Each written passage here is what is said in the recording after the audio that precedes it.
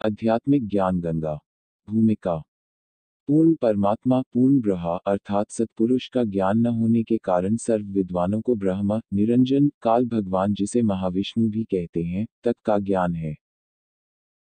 पवित्र आत्माएं चाहे वे ईसाई हैं, मुसलमान, हिंदू या सिख धर्म से संबंधित हैं, इनको केवल अव्यक्त अर्थात एक ओंकार परमात्मा की पूजा का ही ज्ञान पवित्र शास्त्रों, जिनको पुराणों, उपनिषदों, किताबों, वेदों, गीता आदि नामों से जाना जाता है, से हो पाया।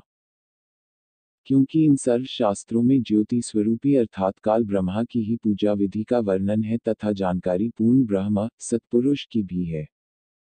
पूर्ण संत तत्वदर्शी संत न मिलने से पूर्ण ब्रह्म की पूजा का ज्ञान नहीं हुआ, जिस कारण से पवित्र आत्माएं ईसाई फॉर्मलेस गॉड निराकार प्रभु कहते हैं। जबकि पवित्र बाइबल में उत्पत्ति विषय के सृष्टि की उत्पत्ति नामक अध्याय में लिखा है कि प्रभु ने मनुष्य को अपने स्वरूप के अनुसार उत्पन्न किया तथा 6 दिन में सृष्टि रचना करके 7वें दिन विश्राम किया। इससे स्वसिद्ध है कि प्रभु भी मनुष्य जैसे आकार में है। इसी का प्रमाण पवित्र कुरान शरीफ में भी है। इसी प्रकार पवित्र आत्माएं मुसलमान प्रभु को बेचून निराकार अल्लाह प्रभु कहते हैं, जबकि पवित्र कुरान शरीफ के सूरत फुरकानी संख्या 25 आयत संख्या 52 से 59 में लिखा है कि जिस प्रभु ने 6 दिन में सृष्टि रची तथा 7वें दिन तख्त पर जा विराजा उसका नाम कबीर है। पवित्र कुरान को बोलने वाला प्रभु किसी और कबीर नामक प्रभु की तरफ संकेत कर रहा है तथा कह रहा है कि वही कबीर प्रभु ही पूजा के योग्य है, पाप क्षमा करने वाला है, परंतु उसकी भक्ति के विषय में मुझे ज्ञान नहीं, किसी बाखबर तत्वदर्शी संत से पूछो। उपरोक्त दोनों पवित्र शास्त्रों, पवित्र बाइबल व पवित्र कुरान शरीफ ने मिलजुल कर सिद्ध कर दिया है कि परमेश्वर मनुष्य सदृश शरीर युक्त है। उसका नाम कबीर है। पवित्र आत्माएं हिंदू व सिख उसे निरंकार, निराकार के नाम से जानते हैं।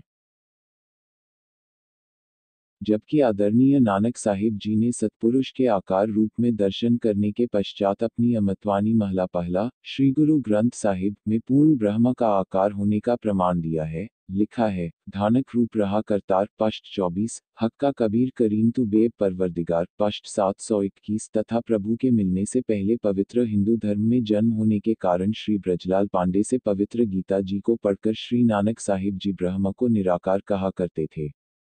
उनकी दोनों प्रकार की अमृतवाणी गुरु ग्रंथ साहिब में लिखी हैं। हिंदुओं के माने जाने वाले शास्त्रों में पवित्र वेद व गीता विशेष हैं, उनके साथ 18 पुराणों को भी समान दृष्टि से देखा जाता है। श्रीमद् भागवत सुधा सागर, रामायण, महाभारत भी विशेष प्रमाणित शास्त्रों में से हैं।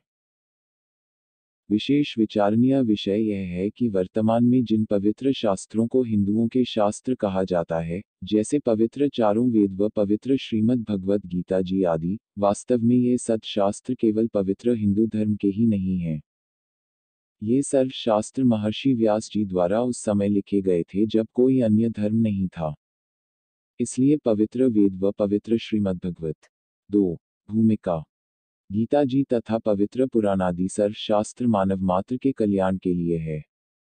पवित्र यजुर्वेद अध्याय मंत्र 15 तथा अध्याय 5 मंत्र 1 व 32 में स्पष्ट किया है कि अग्नेय तनुरसी, विष्णुवेत्वा सोमस्य तनुरसी, कविरंधारी असी, बंभारी असी स्वज्योतिरिद्धमा असी, परमेश्वर का शरीर है। पाप के शत्रु परमेश्वर का नाम कबीरदेव है, वही बंधनों का शत्रु अर्थात बंदी छोड़ है। उस सर्व पालन करता अमर पुरुष अर्थात सत्पुरुष का शरीर है। वह स्वप्रकाशित शरीर वाला प्रभु सतधाम अर्थात सतलोक में रहता है। पवित्र वेदा को बोलने वाला ब्रह्म यजुर्वेद अध्याय 40 मंत्र 8 में कह रहा है कि पूर्ण परमात्मा कबीर मनीषी अर्थात कबीरदेव ही वह तत्वदर्शी है जिसकी चाह सर्व प्राणियों को है। वह कबीरदेव परिभू अर्थात सर्वप्रथम प्रकट हुआ, जो सर्व प्राणियों की सर्व मनोकामना पूर्ण करता है। वह कबीरदेव स्वयंभू अर्थात स्वयं प्रकट होता है। उसका शरीर किसी माता पिता के संयोग से, शुक्र मकायम, वीर्य से बनी काया नहीं है। उसका शरीर स्नाविरम, नाड़ी रहित है अर्थात 5 तत्व का नहीं है, केवल तेजपुंज से एक तत्व का है। जैसे एक तो मिट्टी की मूर्ति बनी है, उसमें भी नाक कान आदि अंग है तथा दूसरी सोने की मूर्ति बनी है, उसमें भी सर्व अंग है।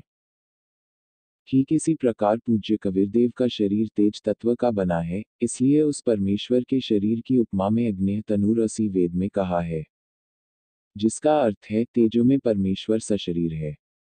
आइए इस पवित्र पुस्तक में प्रवेश करते हैं तथा सर्वप्रथम पवित्र शास्त्र श्रीमद्भगवत